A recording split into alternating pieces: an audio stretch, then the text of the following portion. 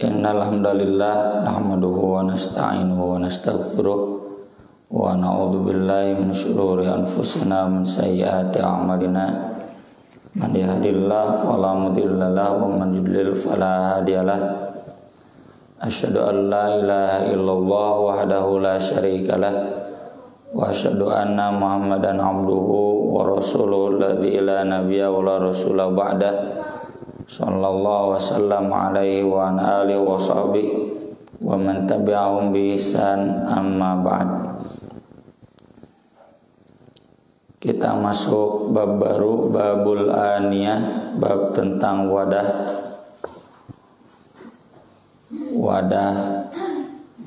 yang dimaksud tentu terkait dengan wadah air ya, kalau dalam konteks toharoh.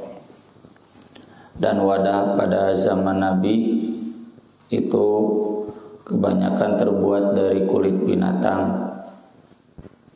Dan ini erat kaitannya dengan yang dibahas kemarin tentang bangkai, karena pasti kulit yang dipakai kulit yang sudah binatang yang sudah mati. Di kitab saya yang ini halaman 8 hadis nomor 18. Kalau di kitab satunya lagi cari sajalah bab kedua, halaman 5 ya, kitab yang satunya lagi. Kaitan dengan binatang ini nanti juga erat kaitannya dengan wadah ini, erat kaitannya juga dengan hal-hal seputar najis. Maka dari itu nanti sesudahnya dibahas tentang najis dan hal-hal yang terkait dengannya. Hadis nomor 18, an Hudzaifah bin al-Yaman radhiyallahu anhuma qala Nabi sallallahu alaihi wasallam la tashrabu fi aniyatiz zahabi wal fiddah. Janganlah kalian minum memakai wadah emas dan perak. Wala ta'kulu fi sihafiha. Ini dalam riwayat aslinya fi sihafihima. Jangan juga makan pakai piring yang terbuat dari emas dan perak. Fa innaha lahum fid dunya, karena sungguh itu bagi mereka di dunia, walakum fil akhirah, dan bagi kalian nanti di akhirat. Maksudnya dalam Al-Quran sering ditemukan orang yang mendapatkan bagian di dunia, wa ma lahum fil akhirati min nasib. Nanti di akhirat dia tidak mendapatkan bagian apapun. Jadi orang yang makan atau minum pakai wadah dari emas dan perak, mereka akan mendapatkannya di dunia seperti orang kafir ya, dan mereka nanti di akhirat tidak dapat apapun alias disiksa. Maka dari itu walakum fil akhirah, bagi kalian nanti khusus di akhirat, tidak boleh di dunia, nggak boleh, yaitu khusus di akhirat. Ini dalil yang jelas tidak boleh kita makan dan minum pakai wadah dari emas dan perak. Kalau perhiasan boleh ya buat ibu-ibu, tapi kalau piring, cangkir, gelas yang terbuat dari emas dan perak statusnya haram. Kemudian di hadis Ummu Salamah berikutnya radhiyallahu anha, ia berkata Rasulullah sallallahu alaihi wasallam bersabda, alladzi yashrabu fi ina'il fiddah, orang yang minum dalam wadah perak, innama yujarjiru fi batnihi nar jahannam, hanya saja dia akan menuangkan dalam perutnya nanti api neraka jahanam. Jadi orang yang minum pakai wadah dari perak itu dia nanti akan minum api neraka jahanam di hari kiamat. Maksudnya berarti haram. Ya. Meski di sini disebut perak saja, tentu hukumnya terkait juga dengan emas sebagaimana hadis sebelumnya. Karena konteks fikihnya ini larangan untuk emas dan perak. Imam Asy-Syafi'i menjelaskannya, karena emas dan perak itu seharusnya dijadikan roda penggerak ekonomi, ya, dinar dirham itu, dan tidak sepantasnya digunakan untuk hal-hal yang berlebihan. Maka dari itu ini fikihnya ya demikian. Orang yang menjadikan emas dan perak untuk cangkir, untuk piring itu terlalu berlebihan. Padahal seharusnya itu digunakan buat menggerakkan perekonomian umat, ya, tidak ditumpuk untuk hal-hal yang sebetulnya tidak pakai emas dan perak pun bisa, ya. Termasuk nanti fikihnya kata para ulama untuk perabotan rumah tangga secara umum, gagang pintu misalkan, ya, atau tangga atau kursi, itu termasuk haram, ya. Kecuali tadi yang buat perhiasan atau buat simpanan tabungan, ya, itu tidak jadi soal. Termasuk ada pembahasan dalam kitab fikih itu katanya misalkan kiswah di sulamnya sulam emas, seandainya itu betul emas itu contoh pelanggaran. Tapi setahu saya cuma benangnya aja yang emas, warna emas, bukan berarti dari emas. Entah Masjid Kubah emas, ya, yang ada nun jauh di sana, itu apakah betul dari emas atau hanya warnanya saja yang emas? Kalau betul dari emas, itu juga salah satu contoh pelanggaran, ya, bukan satu pembenaran. Kemudian hadis berikutnya ini tentang wadah yang terbuat dari kulit binatang. Wa Ibnu Abbas radhiyallahu anhuma qala Rasulullah sallallahu alaihi wasallam, idza dubighal ihab, apabila kulit telah disamak itu dibersihkan, ya, diolah, digodok malah sampai bersih sampai bisa dipakai, faqad tahura, maka sungguh dia suci. Kuli ayum ini nanti dijelaskan di hadis berikutnya di riwayat Imam yang 4, ya, Abu Dawud, Tirmidzi, An-Nasai dan Ibnu Majah. Ayyuma ihabin dubigho, kulit apa saja yang telah disamak.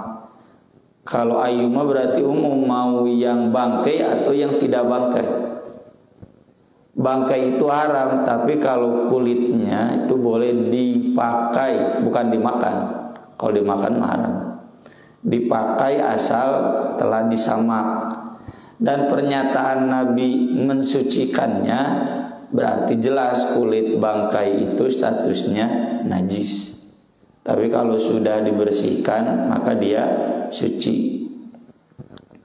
Lebih jelasnya Salamah bin Al-Muhabbik meriwayatkan Rasulullah SAW bersabda, dibahu juludil maitati turuha, menyamak kulit bangkai itu sama dengan menyucikannya, ya. Dalam hadis Maimunah radhiyallahu anha qalat marra Rasulullah sallallahu alaihi wasallam bisyatin yajurrunha, Rasulullah sallallahu alaihi wasallam lewat ke seekor kambing yang sedang diseret oleh orang-orang. Faqala, lalu Nabi bersabda, lau akhadtum ihabaha, manfaatkan dong cena kulitnya, ambil. Lalu kata para sahabat, innaha maitatun, ini kan sudah jadi bangkai, bangkai kan haram, ya, haram dikonsumsi. Kata Nabi, betul, tapi kalau kulitnya mau dipakai, yutahhiruhal ma'u wal qaradu, itu bisa disucikan oleh air dan Ini terjemah biasanya daun salam, di sini tuliskan daun akasia, ya, yang bisa digunakan untuk menyamak. Itu pasti bisa menyucikannya. Nah, ini menunjukkan hukum asal bangkai itu adalah najis. Dan ini sudah kita bahas kemarin ya. Ketika Nabi ditanya tentang air laut, kata Nabi, suci airnya, halal bangkainya. Jadi meskipun ada banyak bangkai di laut, tapi karena bangkainya tidak najis, maka airnya pun tidak najis. Airnya tetap suci. Termasuk bangkai lalat, ya. Kata Nabi, celupkan lalu buang. Karena bangkai lalatnya tidak najis, maka airnya pun tidak najis. Nah, itu semua menjadi dalil bahwa bangkai di luar itu berarti najis dan airnya otomatis menjadi najis. Dan di sini juga ditegaskan ulang bahwa bangkai itu najis. Oleh karena itu, kalaupun mau dimanfaatkan kulitnya, itu harus disucikan terlebih dahulu karena status awalnya yang najis. Termasuk kemarin sudah kita bahas ya, bangkai berit misalkan di natoran atau di sumur, maka itu harus dibersihkan airnya sambil dicium, karena kan air itu bisa najis itu kalau berubah karena najis, karena bangkai.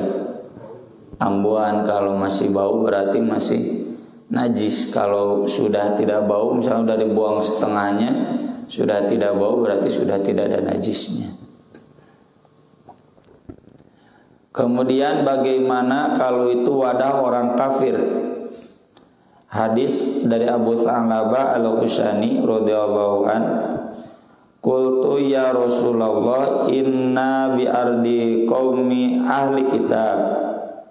Kami pernah berada di negeri ahli kitab. Negeri ahli kitab zaman Nabi itu Syam atau Yaman, ya. Yaman itu mayoritas yang sekarang Uni Emirat Arab. Yaman itu Kristen. Abraha itu dari sana kan. Termasuk Syam.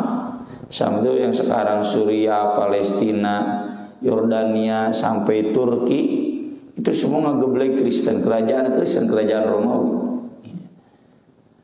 Afanaqulu fi aniyatihim, bolehkah kami makan di wadah mereka? Di riwayat yang lain Abu Tha'labah nanyanya begini, kan mereka biasa makan babi dan juga biasa minum khamar, ya. Boleh tidak wadahnya kita pakai? Maka Nabi menjawab, la ta'kulu fiha, janganlah kamu makan di wadah mereka, illa an la tajidu ghairuha, kecuali jika kamu tidak menemukan yang lainnya. Faghsiluha, silakan cuci dulu, wa kulu fiha, dan silakan makan pakai wadah mereka.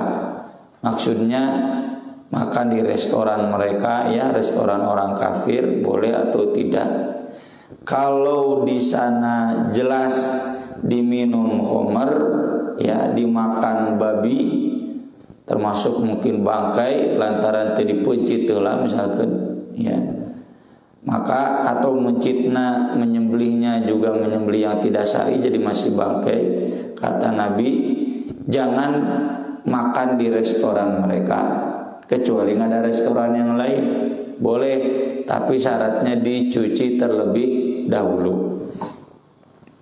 Ini konteksnya karena wadahnya bekas khamar atau bekas makanan-makanan yang haram, yang najis. Kalau bapak ibu masuk ke restoran Jepang, restoran Korea yang ada di Indonesia, itu restoran orang kafir bukan?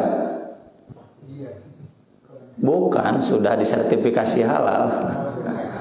Ya, kalau di Indonesia mah pasti sudah disertifikasi halal. Kalau nggak disertifikasi halal, jarang ada yang mau buka. Ya kecuali 1-2, apalagi di mall. Itu ada sertifikasi halal. Dan yang punyanya juga meskipun McD, Pak Haji rata-rata, bukan orang kafir asli. Cuma franchise kan. Restoran Korea juga, ya saya pernah tanya ada tetangga kami karyawan di sana. Ya sana bukan Pak Haji, gitu. Jadi bukan orang kafir asli. Dan insya Allah ya itu tidak ada makanan yang haram di restoran Korea, Jepang yang ada di Indonesia, kecuali ya yang kita tahu pasti itu orang kafir dan masak dengan cara kafir, pakai alkohol misalkan ya. Ya udah kita jangan makan di sana. Tapi kalau yang sudah jelas tersertifikasi halal, wadahnya juga sudah bersih ya, kita masuk ke sana memang bekas mencuci, maka itu boleh. Ya. Dulu kan masih susah air, jadi aku maulah tukang bakso puntennya sana semberengahin. Siga tukang makanan di pinggir jalan kan, asal dikumbah di banjur gitu. Itu yang begitu kurang bersih ya, kurang higienis.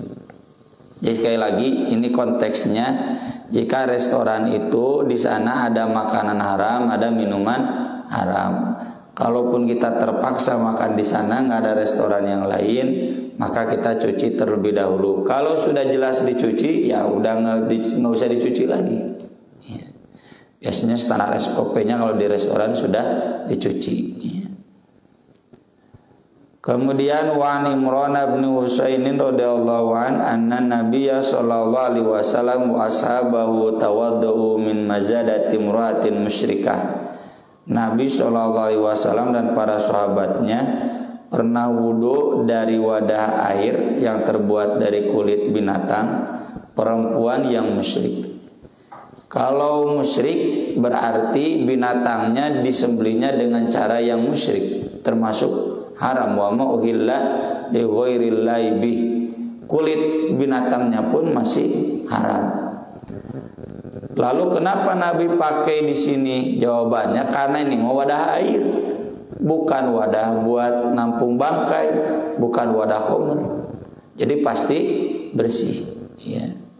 Dan meskipun ini wadah yang terbuat dari kulit binatang yang disembelih oleh orang musyrik yang pasti haram, tapi kan pasti sudah bersih wadah kulitnya. Yang tadi kembali yang ke awal, meskipun ini status binatangnya haram, tapi kan kalau buat wadah air pasti sudah bersih, sudah dibersihkan. Ini jadi tidak otomatis wadah orang kafir itu haram, tergantung wadahnya bersih atau tidak, wadahnya digunakan untuk yang haram atau tidak. Kalau yang tadi yang pertama ya konteks sababul wurud hadisnya karena wadahnya digunakan untuk khamr dan babi, maka kata Nabi jangan dipakai. Kalaupun nggak ada lagi yang lain, cuci dulu. Kalau ini Nabi nggak mencuci dulu karena memang wadahnya wadah yang bersih, ya wadah air. Ini hadis panjang Pak Bu ya. Hadis panjangnya itu ini ketika Nabi safar. Dan mual mungkin di Madinah ngajan dengan wadah orang musyrik ya. Lalu nggak ada air buat wudhu. Lalu Nabi memerintahkan Ali cari air ya. Dan kemudian Ali pun mencari air, gak ketemu. Ketemu wanita ini. Di mana cenah air? Tuh, sana perjalanan 1 hari. Bolak-balik sapoe, cenah ini tisuk balik sore ya. Maka kemudian kalau begitu kami pinjam wadah kamu. Mari kita datang ke Nabi. Siapa cenah Nabi? Oh itu ya yang sobiin cenah gitu. Sobiin itu agama leluhur yang Tuhannya Allah ya.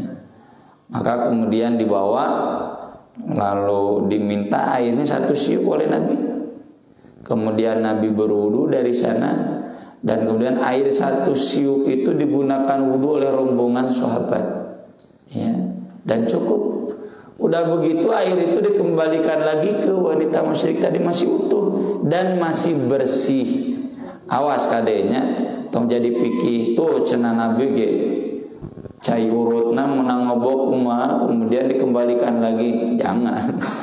Ini mah mukjizat, masih bersih lalu dikembalikan lagi. Jadi betul pinjam deh, tidak mengurangi, bukan meminta. Sampai wanita musyrik itu kemudian masuk Islam, melihat mukjizat tersebut.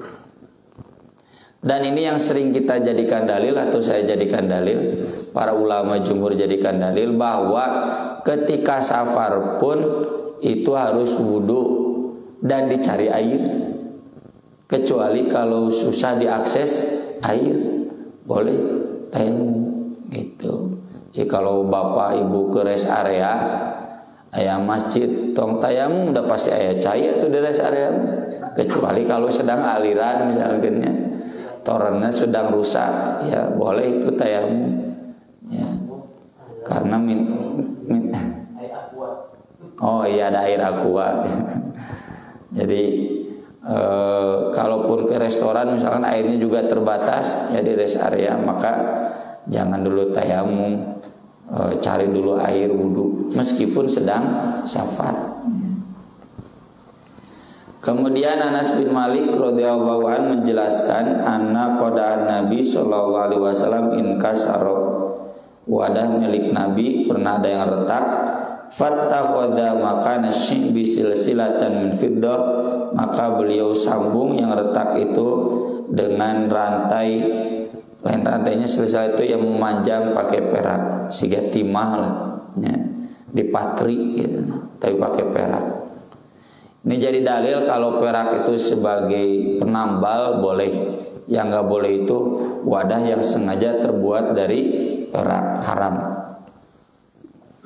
Selanjutnya ini masih juga nyambung terkait najis ya, dan bagaimana yang termasuk najis penjelasannya, cara menghilangkannya juga ini masih nyambung dengan bab-bab dari awal pembahasan ya.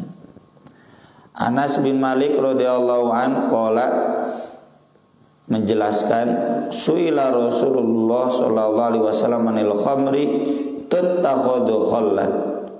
Rasul sallallahu alaihi wasallam ditanya tentang khamr yang dijadikan, diolah jadi cuka. Maka Nabi menjawab, la, tidak boleh ya. Apa kaitannya dengan najis yang tadi? Karena khamr itu haram, maka berarti statusnya najis. Makanya wadah yang bekas khamr tadi kata Nabi harus dicuci ya. Meskipun sudah nggak ada khamr yang memabukkannya, tapi ada bekasnya, itu najis ya. Dan khamr itu adalah minuman keras, bukan alkohol. Tidak semua alkohol adalah khamr. Dina peuyeum aya alkohol ya. Tapi apakah yang makan peuyeum kemudian mabuk? Ya. Nggak ada, paling oge terab ya. Atau beureu nya utah. Bahkan di anggur juga ada alkoholnya, aya laguna anggur merah. Lagu Maggie Jet ya. Berarti anggur itu ada alkohol. Apakah anggur jadi haram? Ya tidak, karena belum menjadi minuman dan tidak keras. Kalaupun ada minuman anggur, berarti ada alkoholnya, tapi kan bukan minuman keras. Minuman keras itu minuman yang memabukkan, ya. Maka dari itu tidak haram minuman anggurnya, jus anggur, selama tidak keras, tidak memabukkan. Nah ini khamr. Jadi khamr itu demikian. Nah, ini juga mengajarkan semua olahan dari barang yang haram itu statusnya adalah haram. Termasuk alkohol yang memang itu dibuat untuk minuman keras, maka alkoholnya adalah haram ya. Kecuali kalau alkohol itu yang dibuat bukan untuk minuman keras. Maka dari itu di sini penting ya, ada sertifikasi halal dari MUI. Contoh obat batuk ya. Obat batuk itu kan yang sertifikasi halal yang saya tahu baru Nelco Spesial. Yang lainnya itu belum, karena unsur alkoholnya belum teruji ya. Apakah alkoholnya betul bebas dari unsur minuman keras atau sama ya yang bisa memabukkan. Kalau nelko spesial itu pun kalau masih sekarang, karena saya udah lama nggak pakai ya. Dulu aja zaman sekolah kesininya batuk cekolot baheula lagi kunaon Mbak kecap we cenah jeung jeruk nipis. Atau pakai madu sekarang ya, ada madu khusus batuk. Jadi kalaupun pakai itu, ya itu sudah halal. Yang lainnya setahu saya belum ada yang halal ya buat obat batuk itu. Termasuk makanan-makanan lain yang diolah dari yang haram, bukan hanya khamar, misalkan dari babi. Kita pernah rame ya dulu fatwa haram Ajinomoto ya, sampai turun gunung tuh Pak Haji Deddy Mizwar ya, untuk iklannya, untuk menegaskan Ajinomoto sudah bukan haram. Kemudian keledai kotak ya. Wa anhu radhiyallahu an qala lamma kana yaum Khaibar, pada hari Khaibar amara Rasulullah sallallahu alaihi wasallam Aba Thalha. Rasulullah sallallahu alaihi wasallam memerintahkan Abu Thalha fanada untuk menyeru. Abu Thalha itu suaranya belum juga masuk Madinah sudah terdengar ke Madinah. Ya, keras. Abu Thalha ini bapak tirinya Anas bin Malik, menikah ke ibunya Anas bin Malik. Inna Allah wa rasulahu yanhayanikum an luhumil humuril ahliyah. Allah dan Rasulnya melarang kalian dari daging keledai jinak. Nanti ada keledai jinak, ada keledai liar. Kalau keledai liar halal, kalau keledai jinak haram. Fa inna rijsun, karena itu kotor. Ini kaitannya dengan najis, berarti daging keledai jinak juga najis ya. Tuh kalau dipasak di wadahnya harus dicuci. Kecuali ditunggangi boleh ya. Tapi kalau dagingnya ya yang dimakan itu haram dan termasuk najis. Kemudian Amr bin Kharijah radhiyallahu anhu qol khatabana Rasulullah sallallahu alaihi wasallam biminan. Rasulullah sallallahu alaihi wasallam pernah berkhutbah kepada kami di Mina. Wa huwa ala rahilati, beliau duduk di atas kendaraannya unta. Wa lu'abuha yasilu ala katifayya, sedang air liur untanya meleleh di atas bahu saya. Ini jadi dalil air liur unta itu tidak najis. Kalau najis, Nabi menyuruh Amr bin Kharijah untuk mencucinya, ya kan? Ini diharuskan suci kan dalam ibadah haji itu. Kemudian bukan hanya air liur ya, dalam hadis yang lain air kencing unta pun itu halal dan tidak najis, bahkan bisa dijadikan obat ya. Dan itu khusus air kencing unta. Sisanya yang lain kotoran mah tetap banyak najis, air kencingnya saja ya. Tapi kalau binatang yang lain kembali ke hukum umum ya, air kencingnya kotor najis. Kemudian wa an Aisyah radhiyallahu anha qalat kana Rasulullah sallallahu alaihi wasallam yaghsilul maniyah. Rasulullah sallallahu alaihi wasallam pernah mencuci mani, tsumma yakhruju ila shalah, kemudian keluar menuju salat, fi dzalika thawb, di baju itu, wa ana anzuru ila atharil ghusli fi, dan aku masih bisa melihat bekas cucian padanya. Dalam riwayat lain disebutkan jadi bekas air maninya masih ada, bekas air mencucinya juga masih ada, dan Rasul pakai sholat. Ini menunjukkan air mani tidak najis, meskipun keluar air mani wajib mandi ya. Kalau air mani najis kata para ulama berarti manusia juga makhluk najis karena manusia dari air mani ya. Dalam riwayat Muslim, laqad kuntu afruquhu min thawbi Rasulillah sallallahu alaihi wasallam farkan. Sungguh aku pernah menggosok bekas mani dari pakaian Rasulullah farkan tuh betul-betul digosok, fayusolli fi, tapi beliau masih sholat dengan pakaian tersebut yang masih ada bekas air maninya. Wa fi lafdzin lahu, dalam riwayat yang lain, laqad kuntu ahukku ya bisan bidzufri min taubihi, sungguh aku pernah mengerik mani yang sudah kering dengan kukuku dari pakaian beliau, tapi masih enggak hilang. Ya, ini menunjukkan pakaian kita yang ada bekas air mani dan susah dihilangkan, itu statusnya halal dipakai, ya, tidak najis. Beda nanti dengan air madhi, cuma dibahasnya di bab pembatal wudu, karena terkait madhi itu membatalkan wudu. Nabi menyuruh untuk mencucinya. Ya. Madhi itu air yang keluar ketika ada rangsangan seksual. Ya, kalau jima, mohon maaf, sebelum jima. Ya. Nah, kalau mani itu yang memancar kan. Kalau madhi tidak memancar. Mimani yumna, mani itu artinya memancar. Ya. Kemudian air kencing. Wa Nabi Sami radhiyallahu anhu qala Nabi sallallahu alaihi wasallam yughsalu min baulil jariyah, dicuci air kencing bayi perempuan, wa yurashu min baulil ghulam, dan cukup disiram atau diperciki air atau diusap dengan air basah dari air kencing bayi laki-laki. Dalam riwayat lain disebutkan yang belum makan.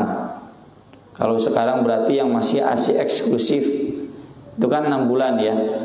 6 bulan syaratnya belum makan. Kalau sudah makan, air kencing bayi laki-laki pun sudah najis. Saya dulu dapat cerita dari ibu saya, ketika ngobrol ASI eksklusif, cenah budak ibu mah nya. Nu ASI eksklusif. Maneh cenah nya kareke peuting ka hiji susu geus bea ceurik keneh wae cenah ulang kucau we. Jadi saya dari malam pertama sudah tidak ASI eksklusif ya, hasil plus pisang. Nah, kalau begitu kasusnya berarti air kencingnya sudah najis ya, sudah tidak najis ya. Sudah najis. Ini jadi dalil berarti air kencing itu najis. Kenapa yang dibahas anak bayi? Ya, komo berarti orang dewasa. Bayi perempuan tidak ada batasan, mau masih ASI eksklusif, mau sudah dia makan apalagi, maka itu statusnya najis, harus dicuci. Kalau bayi laki-laki boleh cukup dilap dengan air atau sekarang tisu basah ya, karena ada airnya kan itu. Dan termasuk nanti wadi. Wadi itu air kencing yang tersisa ya. Udah kencing, udah beresnya, batuk, jolayan ngecelak ya, atau gitu ya, merdahem dan ngecelak. Nah, itu berarti najis karena air kencing statusnya ya. Harus dicuci, harus wudu lagi, harus ganti pakaian. Kalau darurat pinjam sarung ke tetangga ya. Kalau nggak ada di masjid, pinjam sarung ke tetangga. Soalnya pernah, rumah saya kan dari masjid agak cukup jauh ya.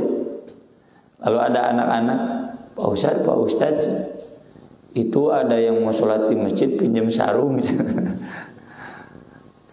Masjid kami ada sebetulnya sarung kan, mungkin sok dipakai ulin ku barudak, kemudian acak-acakan dia nggak mau pakai. Ya sudah, saya berikan. Beresnya saya suruh istri saya cuci, gitu. Karena nggak enak bekas orang lain saya pakai gitu.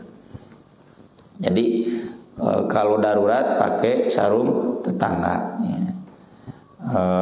Kalau ibu-ibu ya tinggal mohon maaf ya, dilepas aja pakaiannya, pakai mukena ya.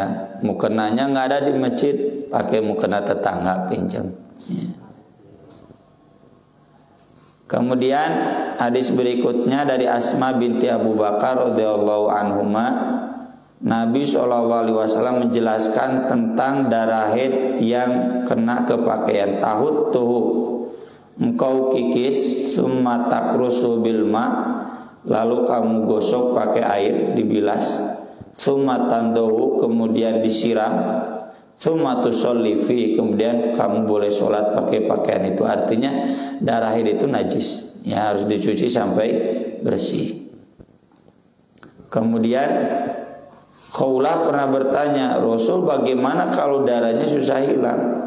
Kata Nabi, yakfikil ma wala yadurruki atharuhu. Kalau sudah dicuci betul bersih pakai air, bekasnya itu dianggap tidak najis karena susah, ya. Ya kalau bisa dibuang, diganti saja. Kalau nggak ada lagi boleh dipakai. Ini meskipun hadisnya lemah, tapi secara fikih oleh para ulama dipakai, ya, karena memang sudah bersih hakikatnya. Demikian, udah ya. Nanti kita masuk bab wudu. Ini seputar air, wadah, dan hal-hal yang najis yang tidak boleh dibawa dalam sholat sudah kita bahas. Mudah-mudahan bermanfaat, dan selanjutnya saya persilahkan jika ada pertanyaan. Mangga Pak Haji. Yang pertama, yang barusan keledai itu kalau yang jinak haram.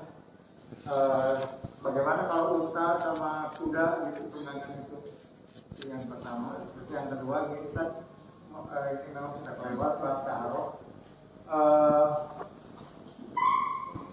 Wudu junub atau Jumat, ya, apakah setelah membersihkan badan ini mengguyur dulu atau wudu dulu bagian-bagian wudu, sama dengan kalau kita memandikan mayat gitu saja, yang mana dulu?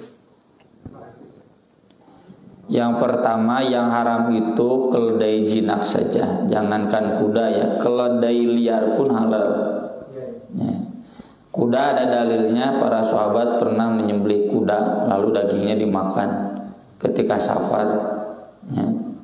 Nggak ada makanan, susah, restoran nggak ada, yo cenak kuda puncit hiji boncengan gitu. Itu pernah sahabat, dan Rasul tidak memarahinya, berarti halal. Unta apalagi, ya, makanya dikurbankan kan, unta itu bisa dijadikan kurban, berarti halal, tidak najis. Tapi memang kalau sudah makan daging unta harus wudu, ya. Itu mah adab saja, ya. Kalau makan daging kambing tidak wajib wudu, tapi kalau makan daging unta harus wudu. Nanti ada di bab pembatal wudu itu. Cuma bukan berarti untanya haram, enggak. Cuma itu mah adab, kalau beres makan daging unta harus wudu. Selanjutnya terkait mandi junub, Imam Syafi'i dan para ulama fikih menjelaskan mandi junub itu tidak seperti wudu. Yang dijelaskan urutan caranya dalam Al-Quran. Kalau wudu kan dijelaskan wajah dulu, lalu tangan sampai sikut, lalu kepala, lalu kaki. Urutannya nggak boleh diubah. Kalau diubah haram, ya, itu sah wudunya. Tapi kalau mandi nggak ada urutannya, ya, kalau mandi nggak ada urutannya. Karena nggak ada urutannya, berarti kata Imam Syafi'i dengan cara bagaimanapun, asal itu mandi itu kan dari ujung kepala sampai ujung kaki, ya, terbasuh oleh air, maka itu statusnya adalah halal meskipun tidak ada wudu, ya. Hanya karena dalam hadis mandi junub, kan ada dua, ya, hadis mandi junub itu, satu dari Maimunah, yang dua dari Aisyah. Dua-duanya Nabi wudu, ya, di dalam mandi sebelum mandi diguyur, maka berarti disunnahkan wudu sebelum mandi. Kalaupun kemudian beres mandi lupa, belum wudu lalu wudu, silakan, ya, karena satu paket sunnah, wudu plus mandi. Seandainya udah beres mandi lupa belum wudu, nggak usah wudu lagi, karena yang disunnahkan wudu dalam mandi itu ya ketika mandi, bukan sesudah mandi udah dipakai lalu wudukan. Kalau sudah mandi sudah suci. Kalau sudah suci ya udah nggak usah harus bersuci lagi gitu. Fikih seputar mandi. Dalam jenazah juga sama ya. Bukan diwuduan, bukan. Dicuci anggota wudunya dulu, bukan diwuduan ya. Jadi kalau posisi jenazah 3 orang misalkan ya, yang sebelah kaki mencuci kakinya, yang sebelah badan mencuci tangannya, yang sebelah atas mencuci wajah dan kepalanya. Ya itu bukan diwudukan dalam konteks sholat, tapi dicuci anggota wudunya dulu, lalu yang kedua sebelah kanannya dulu, udah sebelah kanan baru sebelah kiri. Begitu Pak Haji. Ya, saya sering memandikan mayat yang kurang lebihnya berbeda di dalam masalah itu ya. Ada yang wudu dulu, kalau saya pakai yang wudu dulu ya, anggota badannya itu baru dimandiin gitu. Tapi ada juga yang berpendapat mandi dulu baru wudu kayak gitu. Oh, saya nggak tahu tuh, nggak pernah tahu dalilnya mandi dulu lalu wudu. Kalau memandikan mayit itu yang saya tahu itu ya dicuci anggota wudunya dulu, lalu sebelah kanan, lalu secara keseluruhan. Ya, kalau saya juga demikian, makanya kebanyakan dari mereka itu kalau dikuburkan tidak ada yang pusat. Kalau yang paham begitu gitu. Lantaran tos wudu sebenarnya. Atau wisadan kudu sholat. Ya, mangga silakan yang lain. Mangga. Ini yang pertama mungkin terkait dengan keledai liar dan jinak tadi. Kadang-kadang ada orang menganalogikan daerah tertentu ya, seperti babi katanya, babi yang didapat dari hutan, istilah mereka itu celeng gitu ya, dengan babi yang dipelihara. Jadi katanya kalau yang babi pelihara itu haram, kalau yang babi didapat dari hutan yang liar itu enggak katanya gitu ya. Itu hanya ini ya. Dia yang pertama. Kemudian yang kedua, ada di daerah di Jawa Timur kalau misalnya ada buah, dari buah yang biasanya tuh daerah Tuban itu banyak dijual, yang pada saat dipetik itu saya nggak lupa namanya buahnya, tapi itu bagus gitu, minuman masih jernih. Kemudian tapi pada saat 3 hari setelah 3 hari air dari buah tersebut sudah berubah seperti kayak agak lebih kesusuan gitu ya, warna susu, dan warna rasanya sudah ada yang bilang sudah mengandung alkohol gitu ya. Jadi apakah ini ada periode tertentu, misalnya dia masih halal, kemudian periode tertentu karena mungkin proses fermentasi dan segala macam bisa menjadi haram gitu. Terima kasih. Yang pertama, khinzir itu secara bahasa mau babi mau celeng ya, asal bukan banteng. Ya, mau babi apapun ya, babi hutan. Kalau babi rusa babi juga kan? Babi. Jadi pokoknya khinzir itu semua apa istilahnya genus atau spesies ya dalam biologi itu ya, satu rumpun ya, itu haram ya. Dan setahu saya ini ijma para ulama. Jadi sejak zaman Nabi juga celeng sudah ada ya, banteng juga sudah ada. Keramai banteng celeng. Kemudian yang kedua, dalam hadis itu Pak Haji, ada minuman yang haram itu mukhayyar, muzaffat, nakir, hantam, dubba. Ini minuman-minuman yang asalnya minuman anggur, minuman labu, bahkan yang terbuat dari kurma, sari kurma. Tapi sesudah 1 minggu biasanya itu jadi memabukkan, maka Nabi haramkan ya. Jadi yang di hadis itu Nabi melarang muzaffat, nakir, mukhayyar, hantam, dubba. Kalau saya baca sarahnya, itu minuman perasan buah yang karena sengaja disimpan dalam tempat khusus, itu jadi minuman yang memabukkan ya. Jadi betul. Nah, batasannya berapa hari? Mohon maaf, saya bukan ahli ya dalam masalah ini. Cuma fikihnya begitu. Kalau minuman itu kemudian sudah jadi minuman yang memabukkan, meski asalnya tidak memabukkan, maka itu statusnya jadi khamar. Ya. Termasuk sahabat yang tidak sengaja menyimpan lama, ya, menyimpan lama, kemudian jadi muzaffat atau jadi nakir, Nabi haramkan. Karena sudah jadi minuman yang memabukkan, baik disengaja tidak disengaja. Kalau sudah jadi minuman yang memabukkan, maka itu hukumnya haram. Ya. Apa?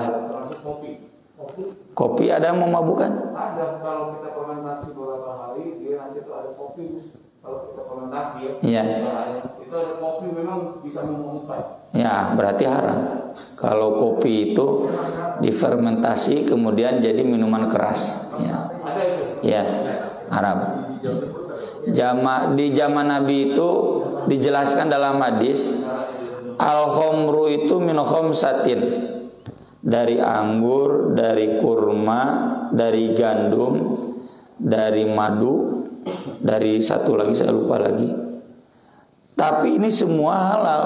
Jadi haram itu kalau jadi khomarul akhlak, jadi minuman yang memabukkan. Bukan berarti kurma gandum haram, ya. Kalau di kita kan bir angker itu dari gandum, ya, ya, minuman perasan gandum. Yaitu kalau sudah jadi minuman keras haram. Hari tariguna mah bala-bala halal. Tidak kemudian jadi haram. Terima kasih Pak Haji, saya baru tahu ada kopi yang bisa difermentasi jadi minuman keras. Saya pernah mengambil laham, dikirim laham, nggak makan-makan udah sembuh, nyenyak, itu nggak tahu memabukkan atau enggak ya. Cuma saya curiga memabukkan gitu. Ya kalau lahang ya, lahang teh tebu ya. Oh kelapa, oh iya kelapa. Ya. Kalau memang subhat ya itu unsur subhat. Apakah ini cuma membuka sebenarnya cuma menyengatnya lebih dari dunia gitu? Ya, ya sebaiknya dibuang. Ya, jadi sesuatu yang meragukan tuh subhat. Piraku enak, cing asan lah mabok tuh. Minuman apa lahang ya kelapa. Jadi kalau memang itu dikhawatirkan memabukkan, sudah berarti dibuang saja. Minimalnya itulah tersebari ibunya, ya sudah tidak layak minum gitu. Tuh dibuang saja, tidak thayyib itu. Yang tidak thayyib itu kan haram. Yang lain cukup. Gimana Pak Haji? Yang sudah berjamur gitu bisa. Ya itu mungkin kaitannya dengan kesehatan lah. Ya sudah tidak thayyib. Ya. Kalau sudah tidak thayyib berarti nya haram. Ya. Nggak layak diminum. Baik, kalau tidak ada cukup sekian. Oh masih ada.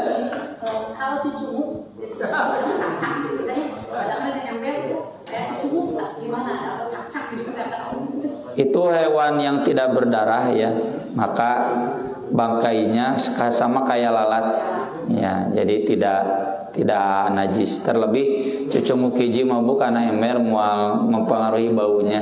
Ya, cak-cak. Jadi kan yang haram itu air itu kalau sudah berubah baunya, warnanya karena najis. Kalau ada najis tidak berubah, airnya tetap suci. Begitu. Cukup ya? Baik, terima kasih. Mudah-mudahan bermanfaat. Aku qouli hadza wa astaghfirullah li wa lakum.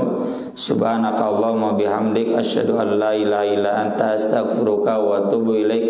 Wassalatu wassalamu ala Rasulillah. Wassalamualaikum warahmatullahi wabarakatuh.